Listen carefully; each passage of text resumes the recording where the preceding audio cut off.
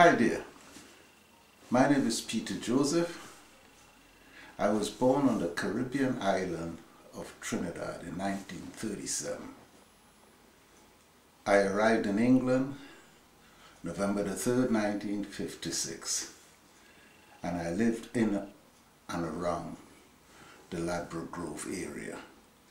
People call it Notting Hill, but I call it Ladbroke Grove. Nevertheless, the most fertile thing in the world, in my opinion, is young minds, children's mind. And I think it's an abdication of our responsibility as custodians of our recent history not to rectify the inaccuracies that some people have managed and have put out as facts. This is why I'm driven today that through what I have lived through, I'm able to say to you without fear of contradiction, well, I will present to you the origin and the men who started the Notting Hill Carnival. The first thing that I must show you is this. This has been written by a gentleman called Donald Hines. Donald Hines was the roving reporter for the West Indian Gazette. And what he wrote, and you can check it on this website, but it seems, oh, I must put my glasses on, it must seem incredible that those who took the carnival onto the streets of Notting Hill in the late 60s were unaware of the 6 carnivals, 1959 to 64, albeit in halls.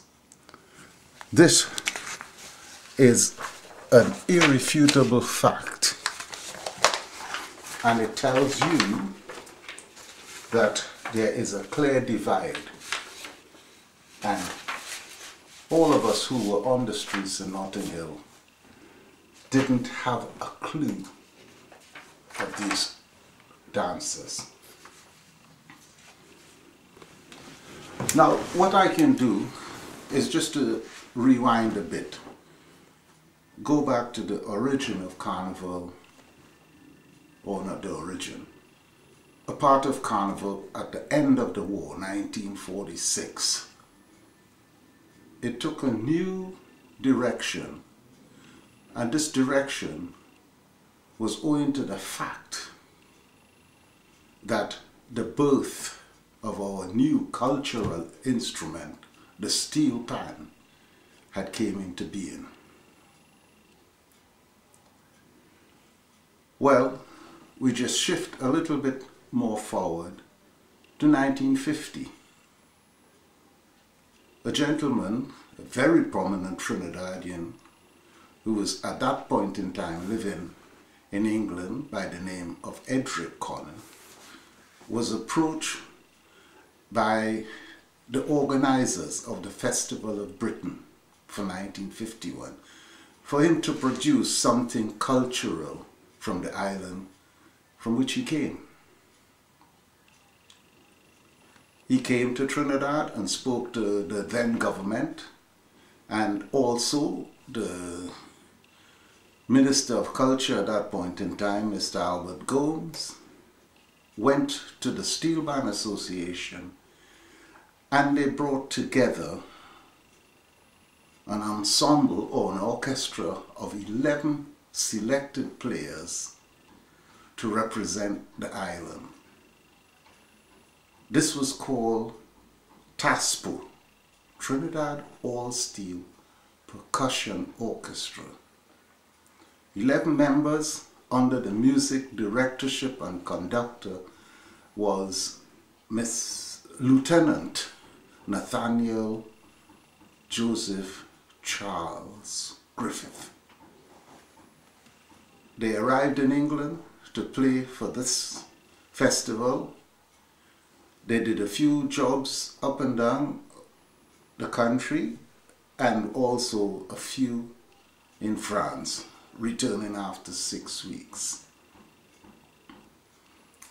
Having returned to Trinidad, all the young pan makers at that point in time were excited, and every so often when they got their refinement of the instrument a little bit better and their musical capabilities, they would play cat and mouse with the police and come on the roads just, you know, spontaneously.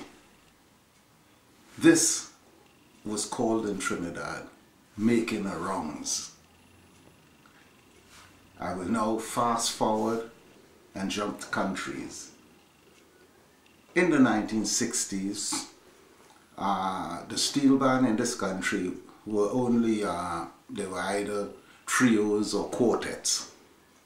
And it was viewed by the public as a novelty act.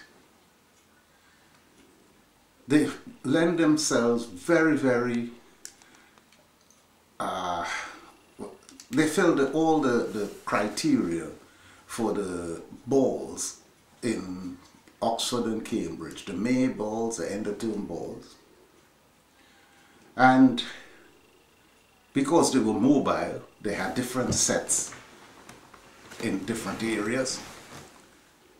But the main brief for the band was to play for the survivors. The survivors were those who were capable of having a breakfast at 5 o'clock in the morning. And in order to clear the campuses, the steel band used to take the students out onto the roads, as we said, making the rounds. This continued for many years in the university towns.